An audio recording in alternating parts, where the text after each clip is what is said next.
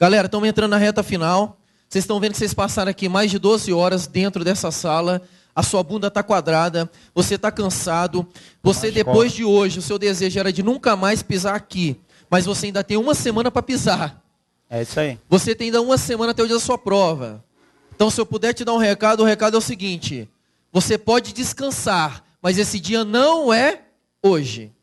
E também não é amanhã.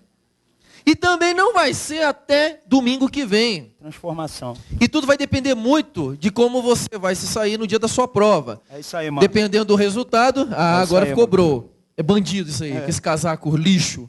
Casaco lixo isso. Se você tivesse no curso de formação, seria completamente expurgado, anotado. Ia ser anotado. Isso, Mushiba. Olha só. Vida louca. Mulambo.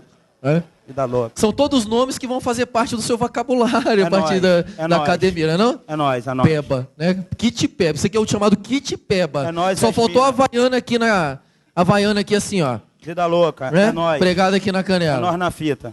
Cala a boca. Olha só. É as mina, mano. Galera, as mina pira. As mina pira. Vida louca. Facebook. Galera, então vamos se concentrar nessa semana. Essa semana é a semana onde você vai estar cansado. E o tio, mano, Nós vamos ter aulão de madruga. Você aulão na madrugada de segunda, madrugada de terça, madrugada de quarta. São 3 dias com aulão de madrugada. Só vai ter aulão se tiver gente. E eu acho que as pessoas mais interessadas em ter aula são vocês. Então é o seguinte. Reserve toda a sua energia nessa semana para que na segunda, na terça, na quarta, você venha aqui para aparar as arestas nas matérias mais que tem o maior peso na sua prova, que vai ser no domingo. Depois, passou quarta-feira, de quinta para sexta, sexta para sábado e sábado e domingo, a minha orientação para você é o quê? Durma um sono regular. O que é dormir um sono regular? Dormir bem. E dormir bem não significa dormir cedo. Dormir bem é dormir quando se tem sono e acordar quando não se tem mais sono. Isso é dormir bem. Tipo assim, fudeu. Né? Olha só. É a ideia de 1000 graus. De sábado para domingo, eu vou dar essa orientação para vocês hoje. No dia da viagem vou acompanhar vocês, vou dar essa orientação novamente. De sábado para domingo. Filho, se você quer mudar de vida, não me invente de sábado para domingo e para night de Curitiba. Vida eu tô louca. todo esquema armado, eu liguei pras minas e tal, elas vão no hotel, Daniel, não vou precisar sair. Já tá tudo esquematizado. O negócio é dar um rolê, mano. Cara, vou dizer pra vocês. Peguem sábado para domingo, façam coisas agradáveis, tipo assim, vamos pro shopping, você pode pegar um cinema no shopping lá para dar uma relaxada, chega em casa e vai dar uma relaxada, vai dormir, chega no hotel, vai dormir. Durma a hora que você tiver sono, no sábado para domingo. Isso pode ser 1 hora, 2 horas, 3 horas. Sabe por quê? Eu vou dizer o que vai acontecer com alguns alunos que não entenderam o que eu estou falando. Alguns alunos vão falar assim, não, eu tenho que dormir cedo porque eu tenho que descansar. Aí o cara vai deitar na cama e o que vai acontecer? Não vai dormir. Porque em véspera de prova, não sei porquê, assim, né? A gente não consegue dormir. A gente não consegue dormir, por isso que eu estou dizendo, durma na hora que você tiver sono. A sorte que você tem é que a sua prova é que horas? À tarde. Então você pode dormir a manhã toda. E no hotel, gente, é maravilhoso. Sabe por quê? Porque no hotel, você fecha a cortina, liga o ar-condicionado. Cara, você nem vai ver que são 10 horas da manhã. Nem vai ver. Minha sugestão, acordem às 10 horas. 10 não, tem que acordar tipo 15 para as 10. Coloca lá, acorde 15 para as 10. Por quê? O café de todo hotel que eu conheço encerra às 10. Então, 10 horas você está chegando. A mulher está tipo assim, ai, falta 5 minutos para eu guardar tudo. Aí chega os alfartanos, entendeu? E ela vai ter que providenciar ovo frito, vai providenciar salsicha, tudo de melhor qualidade para atender a gente. O que vai acontecer? Você vai tomar um baita de um café da manhã. Você não vai precisar almoçar. Dá pra levar na hora uma fruta perto da prova, ainda, né? você vai fazer um lanche. Vai comer uma fruta, vai comer um sanduíche, um lanche leve, sem muita gordura. Gente, o seu corpo estará preparado para fazer uma excelente prova. Agora, alguns vão querer ir para a churrascaria. Alguns vão querer comer uma feijoada. Não, porque a feijoada em Curitiba é o que há. Mano, Filho, não é dia de comer feijoada. Você come feijoada depois que você voltar da prova. No dia da prova, alimentação leve, por isso que o café da manhã às 10 horas da manhã, reforçado, ele vai fazer com que você chegue na hora da prova sem o estômago pesado. Você não vai ter sono, porque estômago pesado dá sono. Você não corre risco de passar mal, porque você vai tomar um café da manhã com muita fruta, bem saudável. Chega na hora da prova, você vai fazer uma boa prova. Se puder ficar com um pouco de fome, é bom, sabe por quê? Porque você fica mais ligado. Isso tudo ajuda você na hora da prova. E depois que você sair da prova, já é tradição da Amabilitu. A gente sai de lá e vai para uma pizzaria. Aí tu se esbalda e come um rodízio de pizza. Programa de Playboy, mano. Isso aí. É? Você vai fazer essa prova, ô Peba? Hã? Vida louca, mano. Você vai ser reprovado o Evandro sempre é reprovado no psicotécnico. E você vai ser reprovado no sócio-funcional lá. Psicodoido. Esse estilo aí. Psicodoido É carioca, né, velho? Aí desse jeito aí, todo Mó estilão. preconceito, hein, mano. Fica o recado aí pra vocês. Falou, bro. Valeu, mano. Valeu, mano. O que você vai dar aula agora? Sei não, tiozinho. Vou ver aí qual é o Esse bagulho. tiozinho, caralho. Tiozinho é o caralho, meu nome é pequeno. Galera, filho da puta, tá fudido, mano. Ó, fiquei com o Exótico, então, maravilhosa aula de economia, atualidades, que mais? E AFO, hã? E vida louca, E mano. vida louca. Vida louca. Beleza? Vida louca. E não saiam. Aí é o seguinte, dicas para o momento do gás, tá? Não joguem água no rosto, por favor. Corra contra o Porque vento. esse é o maior desejo que você vai ter quando o gás começar a queimar o seu rosto. Aí você vai falar assim, caraca, eu vou jogar, tá queimando, eu vou jogar água. Filho, se você jogar água, você pode ter queimaduras de até 3º grau, ok? E não é legal, 11 semanas da prova da PF, ter queimadura até 3º grau. Assim, é bem tranquilo, você não vai ter uma reação, não é um negócio absurdo. É tanto que você vai achar, putz, é isso, mó sem graça. Até o gato baixar. Aí quando ele baixar vai ser bem divertido, vai ser bem legal. Aí todos nós vamos ficar aqui dentro, eu vou soltar, todos nós vamos ficar olhando para a cara do outro, com cara de otário assim, né? Pô, tem nada, o que é que... Por que estou sentindo nada? Até começar o primeiro a... Aí contamina, vai ser bem divertido, gente, pra gente fechar a noite, tá? Ó, eu peguei o gás da minha filha, que ela utiliza para espantar peba, tipo esse aqui.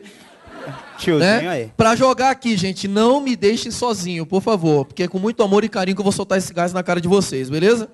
Tá? Não pode. Então nós temos uma policial aqui dizendo que não pode. Se você falar isso de novo, você não vai passar. Vou fazer agora um momento Evandro de ser. Se você falar isso, você não vai passar no concurso da PF. Eu quero muito que você passe no concurso da PF, porque você odeia a Polícia Civil. Beleza. Tudo bem? Tranquilo? Olhem para ele.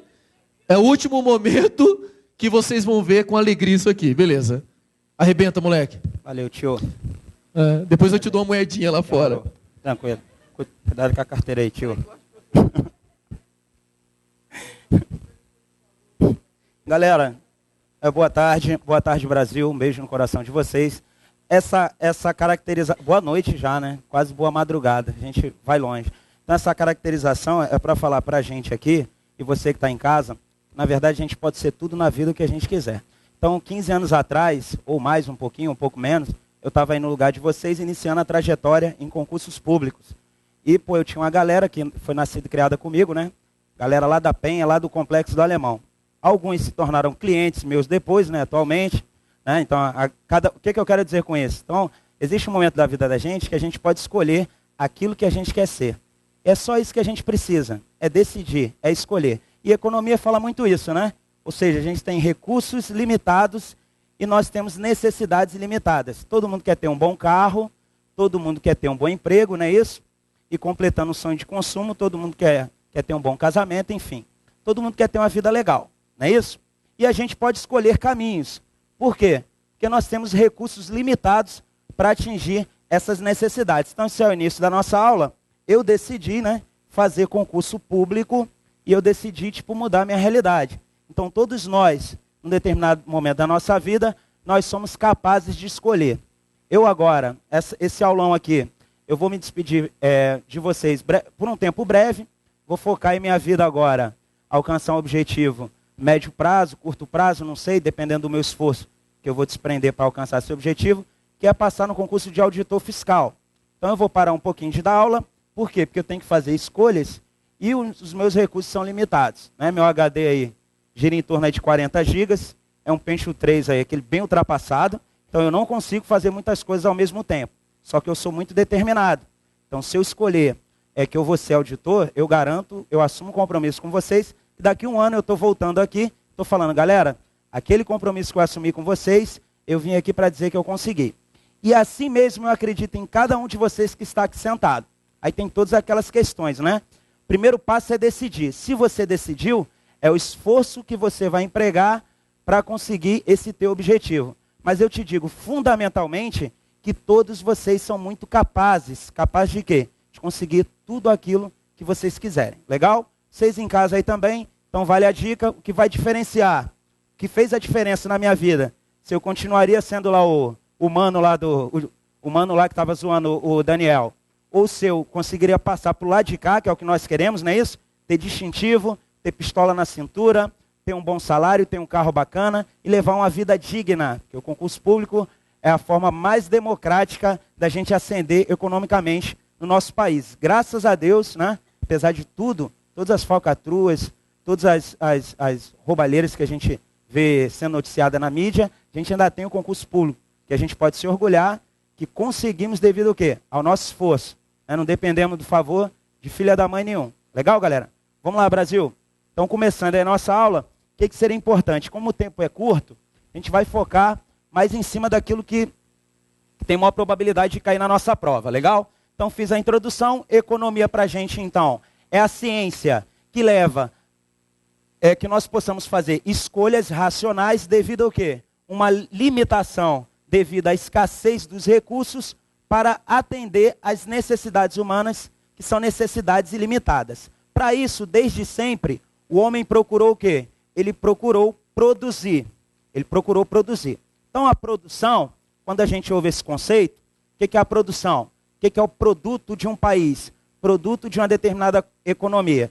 É a atividade que visa transformar recursos limitados através da produção para atender às necessidades humanas. Então, eu vou pegar na parte de os chamados fatores de produção, que basicamente, para produzir qualquer bem ou serviço, eu vou utilizar os 3 fatores de produção, são terra, capital e mão de obra.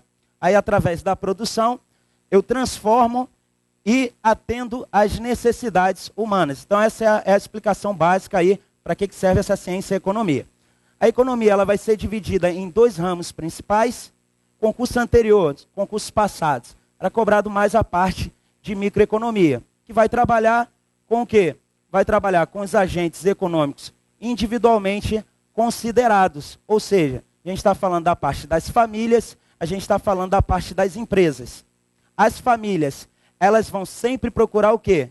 Sempre procurar otimizar a sua utilidade. Ou seja, com a dada renda, com a renda determinada, a família vai sempre procurar maximizar o seu consumo. Ou seja, obter o grau máximo de satisfação dessas necessidades. Pelo lado das empresas, falando da parte de microeconomia ainda, considerando que a empresa também é um desses agentes econômicos, as empresas vão sempre visar o lucro. Sempre visar o lucro. Os estudos microeconômicos, eles vão ser observados desde o início da doutrina econômica defendida pela escola clássica, que começa lá no século XVIII. O principal expoente é o Adam Smith.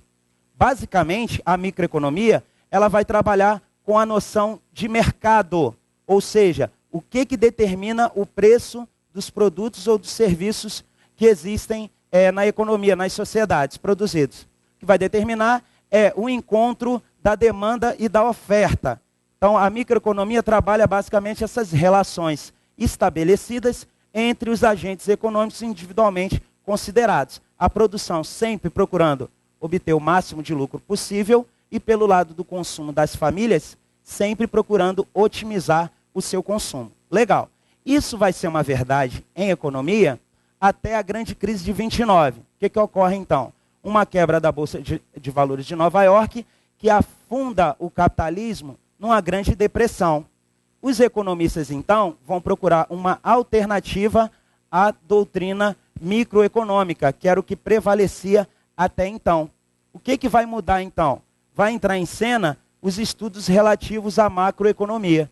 Isso é o que interessa para a nossa prova. Enquanto a microeconomia vai trabalhar em cima do comportamento dos agentes econômicos individualmente considerados, ou seja, o que leva o cidadão a comprar?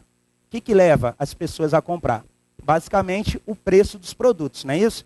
Então, essas relações, elas vão ser abordadas pela microeconomia. O que leva as empresas a produzir? Basicamente, o lucro que elas vão obter com a produção de determinado produto ou serviço. Já na macroeconomia, o que nós temos que considerar são os grandes agregados. Já não importa para a gente o preço de determinado produto num determinado mercado específico. O que importa são os preços gerais da economia. São fatores como a inflação, são fatores como a exportação, importação, são fatores como a renda nacional, como o produto nacional, ou seja, a economia como um todo considerada, os grandes agregados econômicos. Aí eu coloquei uma formulazinha aqui para a gente já entender o que a gente precisa saber em termos de agregados econômicos para a nossa prova. Aí temos aqui uma formulazinha que diz que o produto, se eu falei para vocês que o processo de produção é a atividade na qual o ser humano, utilizando fatores de produção, ele visa atender às necessidades ilimitadas, às necessidades humanas, quando eu falo em produto, eu estou falando toda a produção a nível nacional durante um determinado período. Então eu estou falando tudo aquilo que é produzido no Brasil, por exemplo, ao longo do ano de 2012.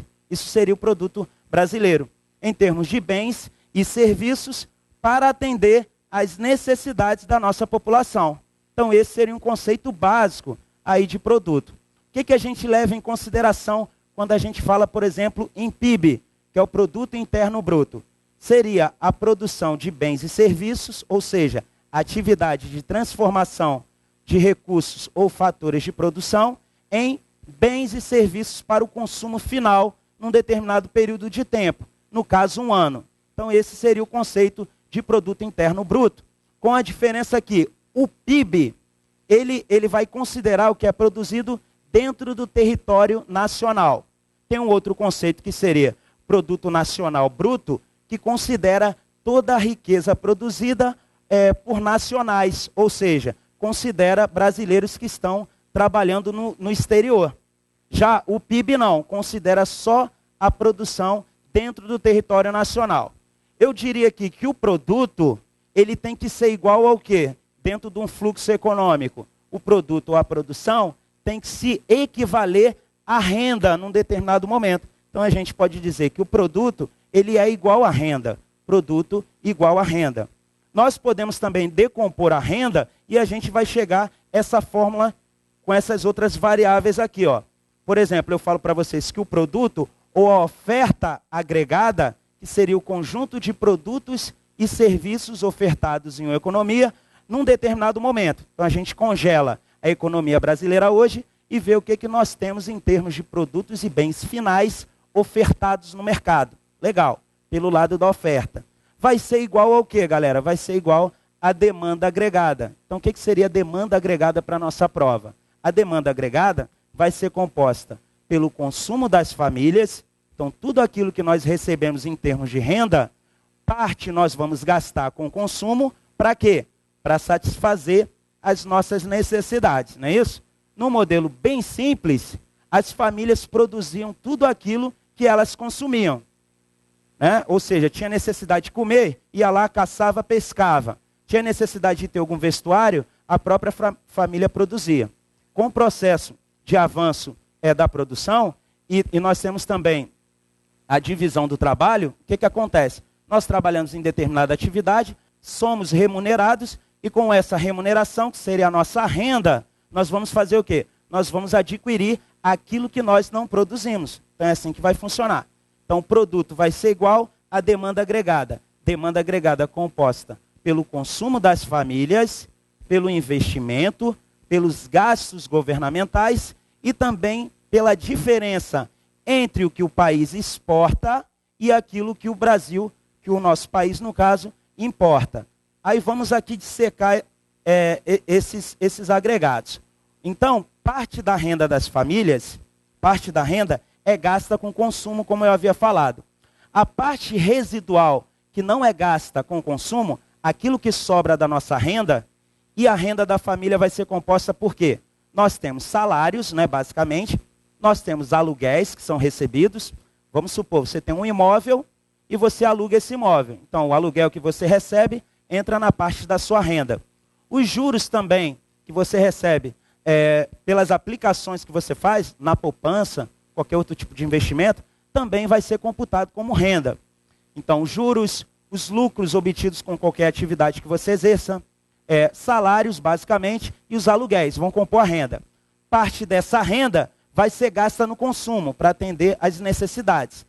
O que sobrar desse consumo, o que sobrar dessa renda, ou seja, a renda menos o consumo, vai formar aquilo que se chama de poupança.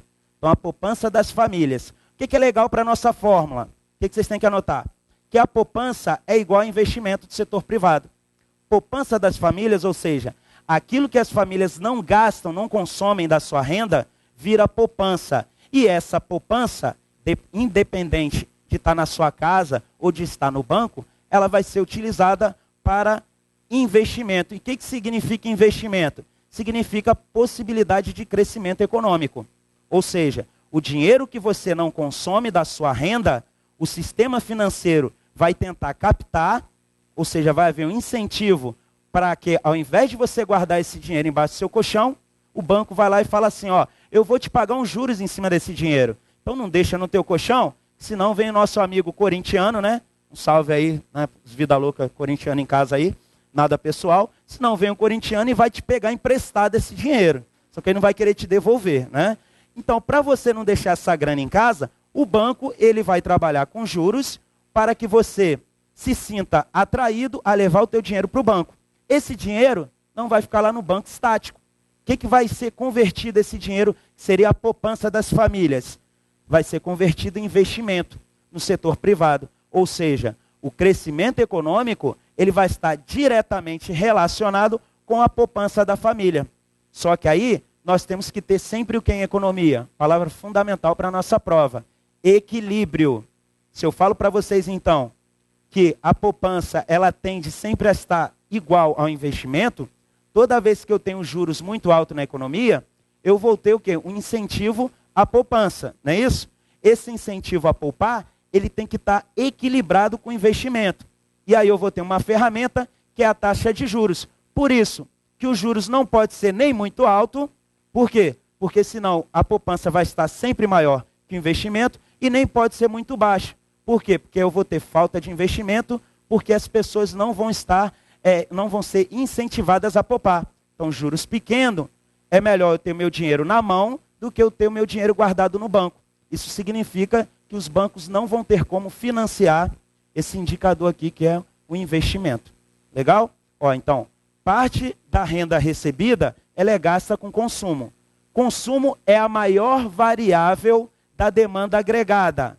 Então, a demanda agregada vai ser composta por consumo das famílias, investimento, gastos governamentais. Qual é a principal variável da demanda agregada? É o consumo. Então, por isso que o consumo ele é incentivado. Mas não em demasia. Por quê? Porque se eu tenho renda, parte da renda eu gasto com consumo e parte o que me sobra vira poupança, se eu gastar tudo com consumo, não tem poupança. Se não tem poupança, não tem investimento. Se não tem investimento, não tem crescimento econômico. Esse raciocínio que vocês têm que conduzir para a prova de vocês. Sempre, sempre alinhado. Legal. Os gastos governamentais, eles também vão agir diretamente aonde? Na demanda agregada.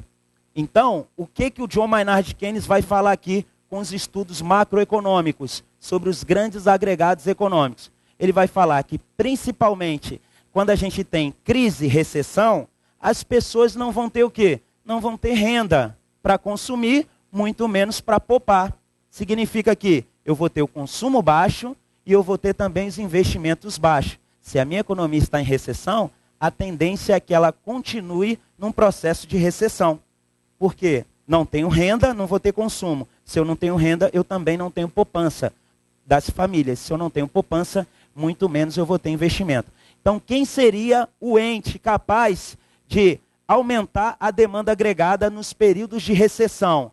John Maynard Keynes vai dizer que é o Estado. Então, por isso, nesse momento, o Estado vai entrar na economia. Por quê? Nos ensinos aqui do Adam Smith, quando prevalecia a microeconomia, não era levado em consideração a questão da recessão. Toda a recessão, segundo os defensores da doutrina liberal, era resolvida pelo poder de autorregulação do mercado. Ou seja, ela era temporária, ela se autorresolvia pelas forças do mercado. Só que o que aconteceu na crise de 29? O mundo vai entrar em recessão e vai durar essa recessão ao longo de toda a década de 30. E aí as pessoas se perguntavam, não vai acabar essa recessão? Aí o John Maynard Keynes aparece como salvador.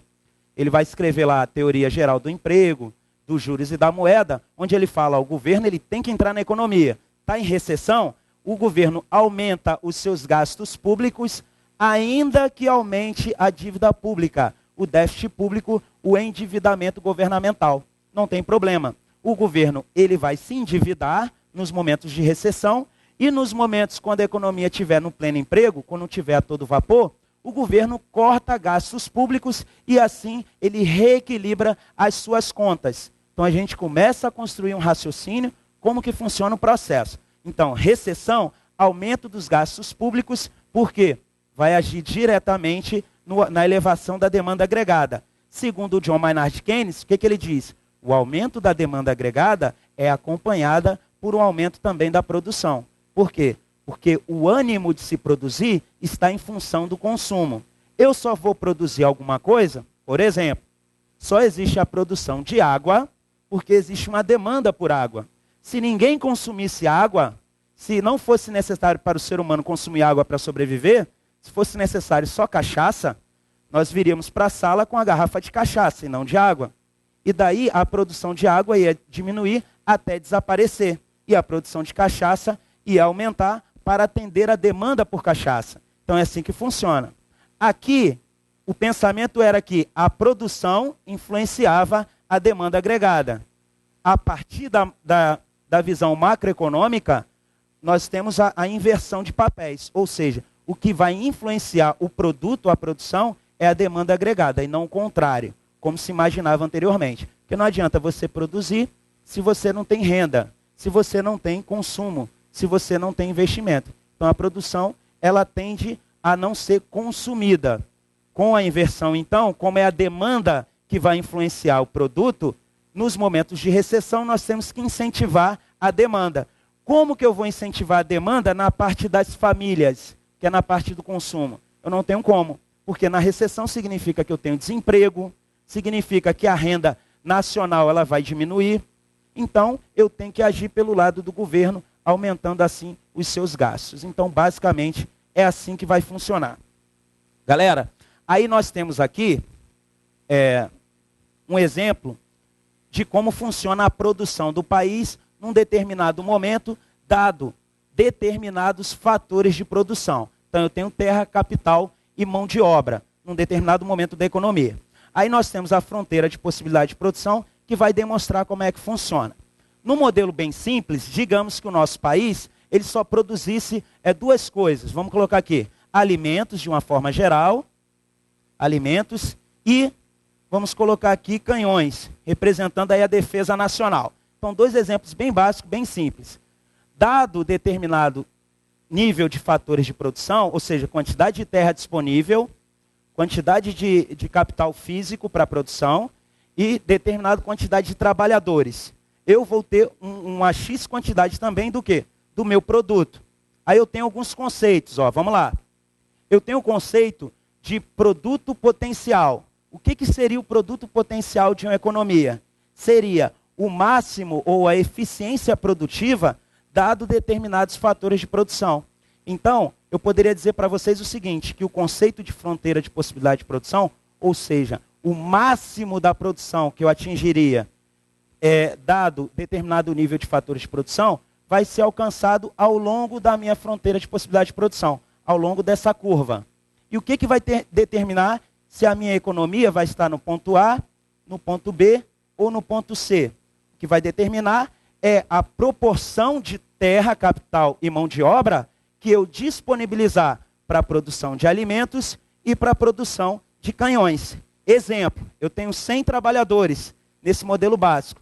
Se eu colocar 70 para a produção de canhões e somente 30 para a produção de alimentos, eu vou ter um ponto mais próximo ao A do que ao C, por exemplo. Então, essa alocação de recursos produtivos que vai determinar se eu vou produzir mais alimentos ou se eu vou produzir milhões. Na época do Adam Smith, onde prevaleciam os estudos microeconômicos, era considerado que as economias estavam sempre com pleno emprego dos recursos produtivos, ou seja, estavam sempre num ponto ao longo da fronteira de possibilidade de produção. E aí é a mesma coisa da gente falar que os produtos nacionais, eles estavam sempre iguais aos produtos potenciais. É o mesmo que eu falasse assim para vocês, ó. Quando a gente ouve hoje que o PIB brasileiro está aquém das possibilidades, o que significa isso? Que o nosso crescimento ele está aquém das possibilidades. Significa que o Brasil poderia crescer sustentavelmente a 6, 7 pontos percentuais e o Brasil só cresceu 2,7. Por quê? Justamente a economia vai se ocupar de responder essa questão. Uma das razões encontradas pelo John Maynard Keynes é dizer o seguinte: o Adam Smith estava errado. As economias nem sempre estão a pleno emprego dos recursos produtivos. Existem momentos onde há recessão, que as economias estão num ponto aqui dentro, ó. Ou seja, aquém da fronteira de possibilidade de produção. Aí o que ele vai dizer? Que se o governo agir aumentando os gastos, ainda que aumente o endividamento, ainda que aumente o déficit público, eu consigo conduzir essa economia do ponto D para o ponto B, ponto C ou ponto A, dependendo da minha preferência em o que produzir, né? Se é produzir canhão ou se é produzir alimentos. Mas o fato é que eu consigo tirar a economia da recessão e conduzir próximo ao pleno emprego dos recursos produtivos. Para análise econômica, qual é o fator? Nós temos aqui ó, o fator mão de obra, trabalho, que na realidade faz com que nunca uma economia esteja ao pleno emprego de recursos produtivos. É só a gente lembrar do caso brasileiro. Nós somos uma das nações com maior prosperidade econômica atualmente, né? Fazemos parte dos BRICS. Então, Brasil, Rússia, Índia, China e África do Sul. São os países emergentes, aqueles que mais crescem atualmente. Ainda assim, no Brasil nós temos uma taxa de desemprego em torno de 6%, um pouco menos. E essa taxa está caindo. Mas dificilmente nós vamos alcançar a taxa zero. Ou seja, dentro da população economicamente ativa, nós vamos ter os ocupados e os desocupados. Ocupados é quem trabalha, desocupados quem não trabalha. Dificilmente nós vamos conseguir zerar esse indicador. Por isso, nós nunca vamos estar, na verdade, ao pleno emprego dos recursos produtivos. Essa é uma realidade, ok? Vamos lá. Aí o John Maynard Keynes vai falar que a recessão que começa em 29 e se estende por toda a década de 30, ela vai acontecer principalmente porque os mecanismos de mercado, esse poder de autorregulação que o Adam Smith diz que o capitalismo tem, na verdade ele não ocorre da forma como o Adam Smith teorizou. O que ele diz é o seguinte, que principalmente o Estado tem que intervir na economia para cumprir as funções alocativa, distributiva e estabilizadora. Para a nossa prova, função alocativa, galera, é em razão da existência das chamadas falhas de mercado. Então existem falhas, que é a situação onde o mecanismo de preço ele não funciona eficientemente, que dá vazão à entrada do Estado na economia. Então o Estado, mediante a arrecadação, que é o sistema tributário, ele arrecada e tem os gastos públicos também, o Estado iria intervir na economia de forma complementar aos setores da economia onde o mercado, ou seja, iniciativa privada, não fosse eficiente. Então, uma das funções governamentais seria a função alocativa. Para a nossa prova, sempre cai, a CESP sempre gosta de utilizar os chamados bens públicos, que é uma das falhas de mercado. O que é um bem público? Bem público é um bem que ele é, no seu consumo, não rival e não excludente. São as palavrinhas-chave para a gente. Não rival e não excludente. O que significa isso? Significa que o consumo por um determinado agente não exclui o consumo por outros agentes. Exemplo clássico, iluminação pública, segurança pública, defesa nacional. Então, são serviços oferecidos pelo setor público devido à impossibilidade do setor privado de fazer uma cobrança individualizada por esse serviço. Então, bens públicos consumo não rival e não excludente, ok? Então essa é a definição mais próxima e isso dá ensejo à entrada do governo na economia, cumprindo a sua função alocativa. Existem também os chamados monopólios naturais, ou seja, são serviços oferecidos pelo setor público devido aos altos custos de financiamento para o setor privado. Aí vamos supor, se a gente está numa situação de recessão, falei para vocês que o consumo ele vai diminuir e também a poupança vai diminuir. Se a poupança diminui, o investimento privado também diminui. Imagine agora um serviço essencial para a população, como é o serviço de fornecimento de energia elétrica, que ele pare de funcionar devido à falta de investimento do setor privado. Então aí o que acontece? O Estado tem que entrar aumentando seus gastos, para quê? Para financiar o fornecimento desse serviço. Porque o Estado ele tem arrecadação e ele tem o endividamento. Ele pode se endividar para garantir que esse serviço seja fornecido para a população. Então, dessa forma, o Estado vai cumprir a sua função alocativa. E no exemplo citado, nós teríamos um monopólio natural. Por quê? Porque se fosse oferecido pelo setor privado um serviço desse, ele ia cobrar altos custos para quem? Para o consumidor final, nós, população. Então o Estado ele entra para garantir que na ponta da linha, nós, consumidores, não paguemos um preço abusivo pelo oferecimento desse serviço. Então essa é a função alocativa. Na função distributiva, é só lembrar que uma das funções do Estado é garantir o bem comum. Então nós sabemos que existem diferenças econômicas e sociais no seio de uma sociedade. Qual é a função do Estado cumprindo a sua função distributiva? O que o Estado quer? Quer diminuir as desigualdades sociais. Então, basicamente é isso. Com isso, ele vai oferecer, por exemplo, as chamadas transferências. Então, dentro da parte das contas públicas, existem as chamadas transferências, que basicamente é o quê? O Estado vai tributar, aí ele tributa de quem tem mais para fazer doações a quem tem menos. Então, previdência social, nós temos lá as chamadas as bolsas diversas, né? Bolsa Escola, Bolsa Família, são programas assistenciais que vão cumprir essa função distributiva do Estado.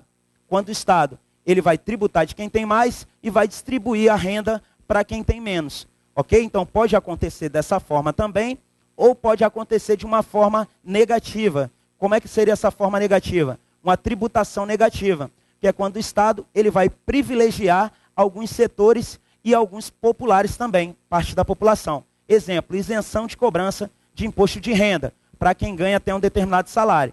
Então é uma forma também do Estado cumprir a sua função distributiva, que não se confunde com a função alocativa. E a função estabilizadora da economia é para garantir, na verdade, os grandes agregados. Então aí seria a função do Estado com as suas diversas políticas econômicas, para garantir nível de emprego, porque garantindo o emprego, ele está garantindo a renda, ele está garantindo o consumo e a poupança, que vai virar investimento, não é isso? E ele aumentando a demanda agregada, ele faz uma pressão para o aumento também da produção, da oferta agregada. Então o Estado, com a sua função estabilizadora, quando ele vai garantir o nível de emprego, o que ele está fazendo? Ele está garantindo a renda, que vai ser dividida entre consumo e poupança. A poupança vai gerar investimentos e esse investimento vai aumentar a capacidade produtiva e assim eu estou agindo também na oferta agregada. Então eu aumento a oferta agregada e aumento também, quer dizer, aumento a demanda agregada e forço o aumento também da oferta agregada. Então função estabilizadora, níveis de emprego,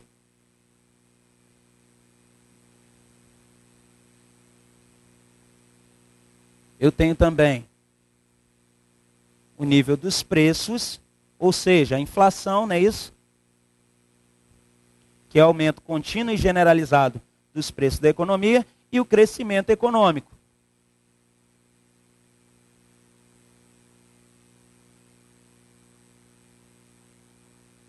Então é isso que se espera de uma política ou da atuação do Estado na economia. Função alocativa, distributiva e estabilizadora. Mais importante para a gente entender seria a função estabilizadora, que é a que mais cresce em importância para a gente, ok? Aí dentro do conteúdo do nosso edital, nós temos as necessidades públicas. Necessidade pública ela é definida pelo pacto social, ou seja, vai variar de acordo com o tempo e com o lugar. As necessidades públicas no Brasil não são iguais às necessidades públicas da China, que nós temos um outro modelo político. Então, quem decide o que é necessidade pública é o pacto social. No nosso caso, a Constituição. Então, lá na Constituição vão estar elencados aquilo que seria necessidade pública, ou seja, o que o Estado teria que solver para a sua população para atender essas necessidades. Por exemplo, a segurança nacional, a defesa nacional, a defesa da ordem econômica. Então, todas essas são atividades estatais para solver as necessidades públicas, que são determinadas pelo Pacto Social, em determinado lugar e num tempo determinado também. Por exemplo, no Brasil, quando nós tínhamos lá uma antiga Constituição de 1891, as necessidades públicas elas eram outras que as atuais. Aí nós temos a forma de solvimento. O Estado ele pode oferecer o serviço público diretamente ou ele pode também ceder a um terceirizado, a um particular, o particular fazer essa prestação. E aí, mediante o quê? Concessão ou permissão, que são formas de autorização. Então, o que vai definir se um serviço ele é público? Se ele está solvendo a necessidade pública, mas se ele é público. Não é quem presta o serviço, que o Estado pode prestar e também o particular pode prestar esse serviço. O que vai definir se o serviço é de natureza pública é se ele está no orçamento, ou seja, se ele entra aqui na conta dos gastos governamentais. Se entra na conta dos gastos governamentais, é prestação de serviço público independente da prestadora ou do prestador. Ok? Então, forma direta ou indireta. Aí temos lá a parte que fala do Estado produtor, Estado regulador. O Estado como produtor, ou seja, oferecendo serviços para a população, isso vai ser a exceção. Quando o Estado oferece um serviço através das suas empresas públicas ou sociedade de economia mista, o Estado ele está em igualdade de condições com quem? Com o particular. Então, está atuando como o setor privado. E isso vai ser exceção. Quais são as exceções, então, onde nós encontramos? Também na Constituição, e vai ser em razão da segurança pública e também utilidade pública. Então, essas duas formas, o Estado vai atuar diretamente na produção. E a forma que nós mais encontramos é o Estado atuando enquanto regulador da ordem econômica. Aí nós temos também duas diferenças que podem aparecer na prova. Então, é a defesa, em defesa da concorrência, ou seja, o Estado ele vai trabalhar tanto normatizando como também fiscalizando as chamadas medidas anticoncorrenciais. Então existem, pela lei, pela regra, como é que deve funcionar o mercado? Em livre concorrência. Então quais são as condições de livre concorrência? Aí tem aquelas lá, né? Então eu tenho mercados onde tenho diversos produtores, diversos consumidores. Eu tenho que ter acesso a todo tipo de informação, tanto a parte do consumidor quanto a parte do produtor. Só que isso não se verifica na prática. Eu não posso ter determinação de preços acima dos preços de mercado, mas isso não funciona na prática. Aí existem as práticas anticoncorrenciais. Exemplos de prática anticoncorrencial. Formação de cartéis, ou seja, combinam-se aqui os mercados de Cascavel, ó. Vamos colocar os preços dos produtos nessa tabela que a gente fez aqui, ó. Vamos combinar. Aí o consumidor, ele fica sem opção. Você vai no mercado, preço da carne lá da picanha, está 30 e poucos reais o quilo. Aí você vai no outro, a diferença é de centavos. Ou seja, o que está determinando o preço não é os mecanismos de mercado, não é a oferta e a demanda. E sim, está tendo a formação de cartel. Posto de gasolina acontece muito isso também. Então a variação do preço da gasolina, ela vai ser mínima de um posto para outro. Isso é cartel, isso é ilegal. Isso é uma prática anticoncorrencial. Quem vai atuar contra as práticas anticoncorrenciais no sistema de defesa econômico brasileiro? Principalmente nós temos o CAD com essa função. Então vai trabalhar no sistema de defesa econômico brasileiro. É um órgão. Então vai estar aí associado ao Ministério da Justiça e vai estar trabalhando na defesa do sistema econômico brasileiro. E nós temos as agências reguladoras, que são as agências especializadas. Devido ao processo de especialização da produção, ou seja, nós temos uma ampliação das funções estatais também. Ou seja, para cada atividade específica, eu tenho que ter uma agência reguladora especializada. Exemplo, produção de petróleo. Aí nós temos a ANP, que vai trabalhar diretamente fiscalizando a produção de petróleo. Eu não posso usar a mesma agência que regula a atividade petrolífera para regular também a atividade de saúde. Por exemplo, os planos de saúde, que aí nós temos a ANS, que é a Agência Nacional de Saúde. Então, para que existem as agências reguladoras? Justamente para fiscalizar essa atuação do setor privado, oferecendo serviços de interesse coletivo. Então, essa seria a principal função do Estado enquanto regulador da atividade econômica. Ok? Então, quando ele age diretamente, ele seria a exceção. E indiretamente, ele vai agir regulando, principalmente aqui, fazendo a defesa da livre concorrência e com as agências reguladoras naquelas atividades mais especializadas. Agora a gente vai falar um pouquinho sobre... Qual? Ok, Petrobras. Então, um exemplo, utilidade pública. Outra, INB, Indústrias Nucleares do Brasil. Produção de energia nuclear é sensível para a segurança nacional. Então, isso não pode ser passado para o particular.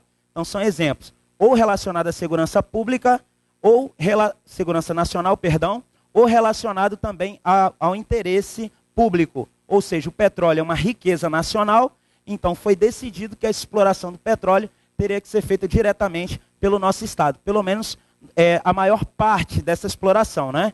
Que a Petrobras, ela vai ser uma sociedade de economia mista, então ela vai ter um percentual maior do que a iniciativa privada para a exploração do petróleo. Não vai conseguir explorar sozinha, mas a maior parte é da Petrobras. Vamos falar um pouquinho agora de política econômica utilizada pelo governo, principalmente para cumprir essa função estabilizadora. Nós temos a política fiscal e temos a política monetária, que vão ser cobradas aí na nossa prova. Então, alguns macetes aqui, bizus para a nossa prova. Política fiscal.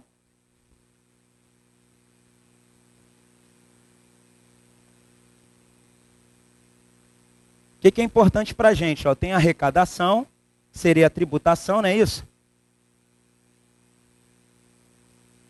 E eu tenho os gastos, que foram colocados ali pelo lado da demanda agregada, os gastos públicos.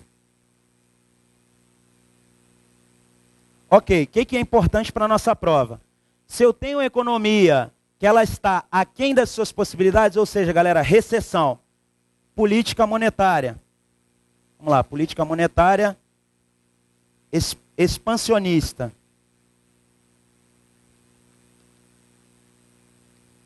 Ela só é eficaz em que situação?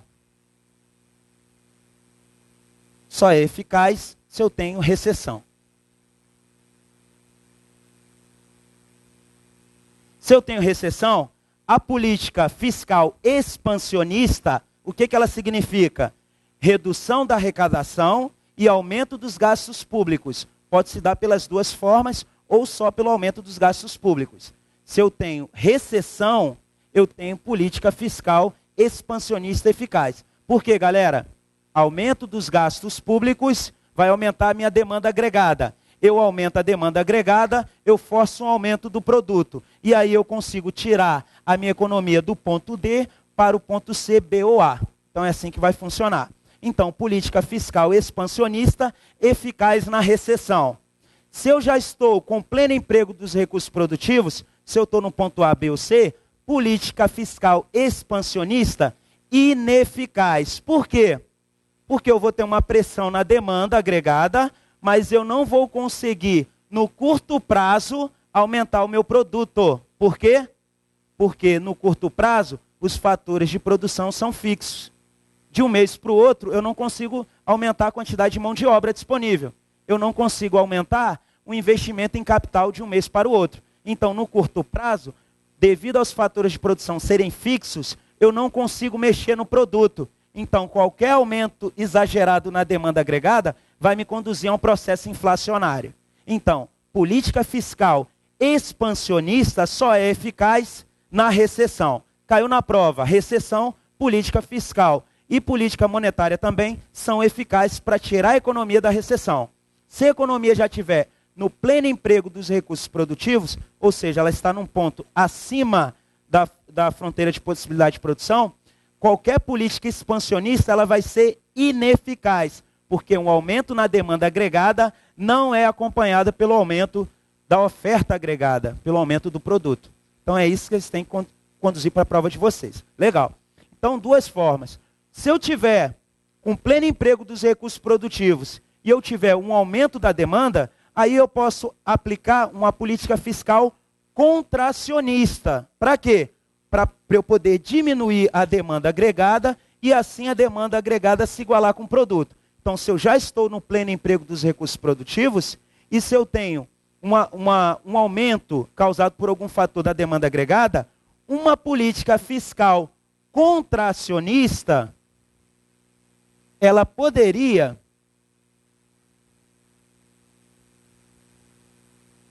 contracionista, o que é uma política fiscal contracionista? Eu estou falando em diminuição dos gastos públicos ou aumento da arrecadação. Aumento da arrecadação é eficaz? Não, nunca é. A não ser que seja acompanhado pelo aumento da renda também. Ou seja, se teu salário aumentou e você passa a pagar mais tributo, não tem problema nenhum. O que não pode acontecer é a renda permanecer estável e o governo querer aumentar a arrecadação. Ou seja, seria um sistema tributário neutro, né? Ou seja, independente da renda, o tributo é o mesmo. O ideal é o sistema tributário progressivo, ou seja, aumento da renda é acompanhado pelo aumento da arrecadação, ok? Ou seja, aumento das receitas governamentais. Então, o que nós temos? Quando que seria eficaz uma política fiscal contracionista? Quando eu já estivesse com pleno emprego dos recursos produtivos e eu tivesse uma demanda agregada superior ao meu produto, ou seja, a minha oferta agregada. Aí, aplicando uma política fiscal contracionista, diminuição dos gastos públicos, eu iria diminuir também o quê? A minha demanda agregada. Aí ela iria se igualar novamente com o meu produto. E assim, eu não teria o processo danoso final, que é a inflação. Porque se eu tenho uma demanda muito acima do meu produto, e aí a gente fala agora de inflação, o que eu vou ter? Eu vou ter um processo inflacionário. Esse processo inflacionário, ele só perdura? Qual é o conceito de inflação? Aumento contínuo e generalizado. Se o governo observa um aumento dos preços de um mês para o outro, o que ele faz? Ele adota uma política contracionista. Aí ele vai recuar a demanda para o nível do produto e aí ele vai deflagrar o processo inflacionário. E aí eu não vou ter inflação. Se ele não consegue deflagrar esse processo, ou debelar, perdão, não é deflagrar não, é debelar. Deflagrar seria dar início ao processo. Debelar o processo inflacionário. Agindo de que forma? Com a política contracionista. Aí eu tenho política fiscal e política monetária. Qual é mais eficaz? Política monetária no curto prazo. Por quê? Porque a política fiscal, ela depende de uma conjunção de fatores. Exemplo, a atuação do legislativo. Então, no curto prazo, política fiscal contracionista, ela não é tão eficaz quanto a política monetária. Por quê? Política fiscal, ela exige aprovação pelo legislativo. Então, se é algo que está acontecendo no curto prazo, daqui que a gente possa observar os efeitos da política fiscal, muitas vezes o fato gerador do problema já não existe mais, de um ano para o outro. Então, no curto prazo, a política monetária vai ser mais eficaz para combater a inflação de demanda do que a política fiscal. Então, basicamente, para a nossa prova, eu vou ter política fiscal trabalhando no sentido que a política fiscal pode ser expansionista, que é quando nós temos recessão, para levar a economia até o pleno emprego, e eu vou ter uma política fiscal contracionista. Basicamente, é para diminuir os gastos públicos. E eu diminuindo os gastos, eu vou estar diminuindo o quê? O endividamento público, o déficit público, que é o que a gente vai falar rapidinho agora depois da gente bater essa parte de política monetária. Então, ó, pelo lado da política monetária, o que a gente tem que observar? Então, política monetária. Mesma coisa, ó, expansionista e contracionista. Política monetária, galera. Então, a atuação direta do Banco Central. né? Então a política é exercida aí pelo nosso Banco Central. Beleza. Então o tempo da gente já acabou, mas eu vou adentrar aí mais um pouquinho. A aula de quem agora depois? Hã? Marcelo Adriano nem chegou ainda, tá? Ó. Tá se embriagando. Ah, já tá lá fora? Mas acho que ele não está em condições de dar aula não. Vê se ele não está embriagado. Dá lá aquele remédio que toma Engove, né? Dá um Engove para ele, senão ele vai vomitar aqui em cima. Acho que ele não está legal não. Galera, fala para ele aí 5 minutos ainda. Dá tempo dele tomar um Engove. Operacional. Dá tempo de tomar um Engove ainda. Aí, dá tempo de tomar um Engove. Dá tempo de tomar um Engove ainda. Dá. Beleza? Tranquilo, galera. Ó, só não posso falar nada porque a gente tem que observar o Estatuto do Idoso, não é isso?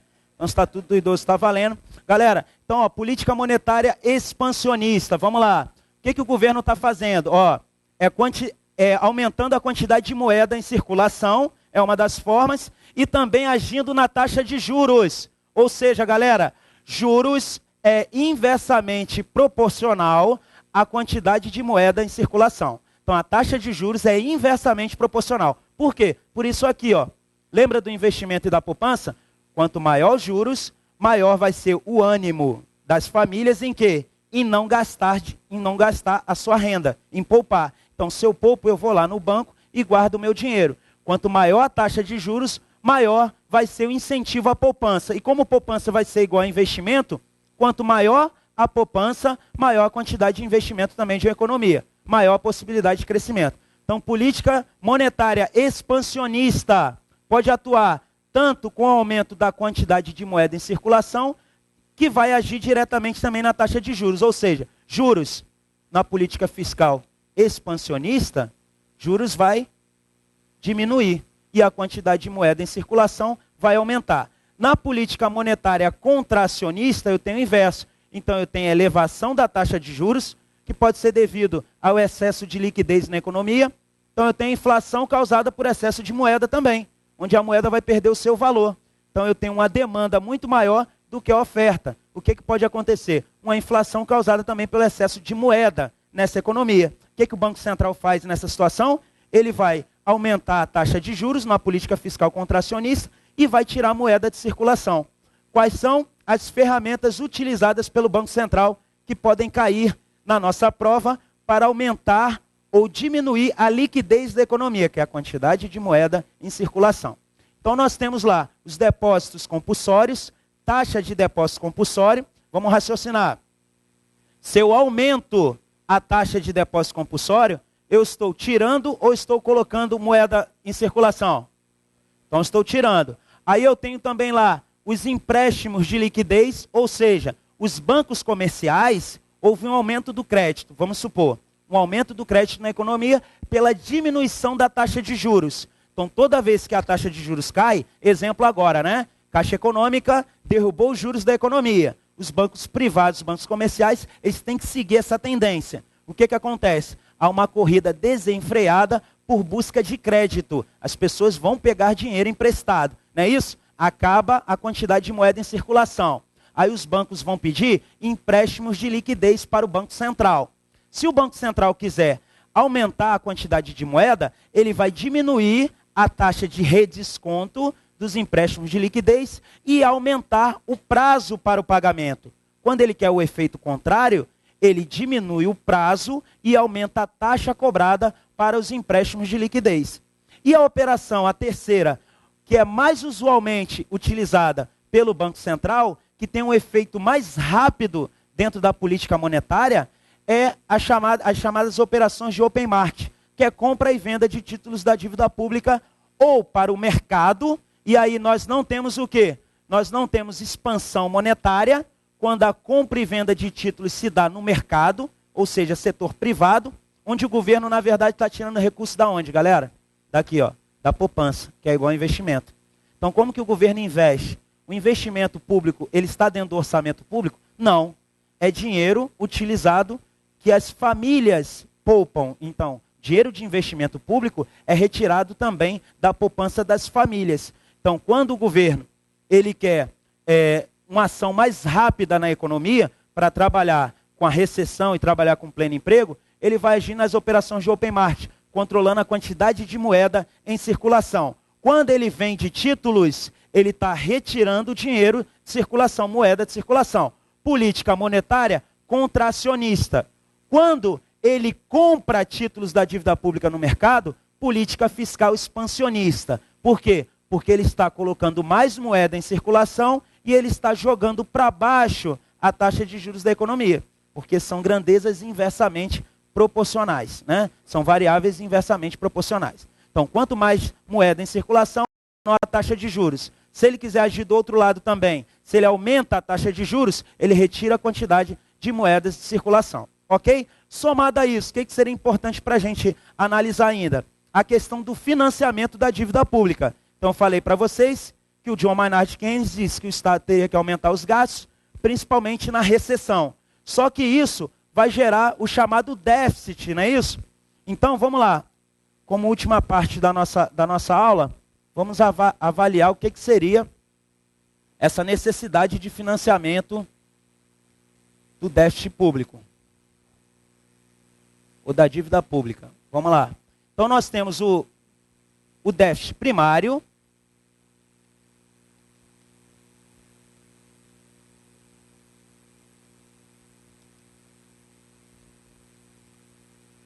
conceito operacional,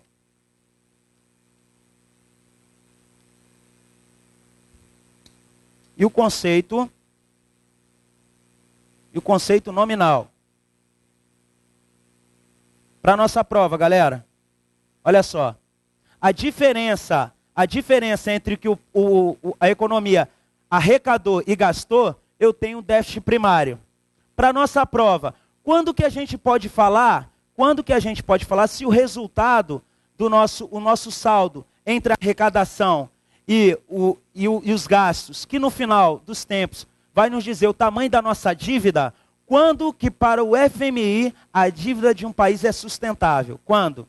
Quando nós temos um saldo positivo no nosso saldo primário, que no caso de ser positivo seria superávit, né? Sendo positivo, superávit primário. Se nós temos superávit primário, ou seja, se nós temos um saldo positivo dentro de um ano entre aquilo que o governo arrecadou e gastou, ainda que nós tenhamos acréscimos no total da dívida, exemplo, dívida atual do Brasil, 1,5 trilhões, não é isso? E o nosso PIB é 4,5, não tem problema. O Brasil vem tendo saldos positivos, ou seja, ele vem tendo superávit primário. A UFMI olha para o Brasil e diz assim, a dívida brasileira é sustentável. Por quê? Isso significa que a nossa dívida vem diminuindo? Não. Por quê? Porque os juros internos são muito altos ainda. Então, a diferença entre o superávit primário e os juros da dívida anterior ainda dá um saldo negativo no final. Ou seja, a dívida continua crescendo. Só que o FMI olha para o resultado primário. Por quê? Ele diz o seguinte, se um país está tendo saldo positivo no resultado primário, com o passar dos anos, com a diminuição dos juros internos, a tendência é que haja uma amortização dessa dívida. Então é esse conceito que é importante para a gente entender. Então se cair na prova, ainda que haja acréscimo no total da dívida, se o nosso saldo primário ele é positivo, é sinal que a nossa dívida é sustentável. Por quê? Porque se nós tivermos o conceito, o total da nossa dívida aumentando e ainda nós tivermos déficit primário, aí é sinal que está indo tudo por água abaixo, ok? Então, superávit primário, ainda com acréscimo no total da dívida, não tem problema, a dívida é sustentável. Então, isso aí que a gente tem que levar para a prova. Déficit primário, então, diferença entre arrecadação e gasto. Conceito operacional, vai ser o quê? Vai ser o déficit primário mais os juros da dívida anterior. E conceito nominal, ou conceito total, seria o déficit primário mais os juros da dívida anterior e mais correção monetária e cambial do período. Então, fechando os três conceitos. Na prova da gente, o cara vai pegar um conceito nominal e vai falar assim, ó, conceito nominal é igual ao déficit primário mais juros da dívida anterior e mais correção. Está correto?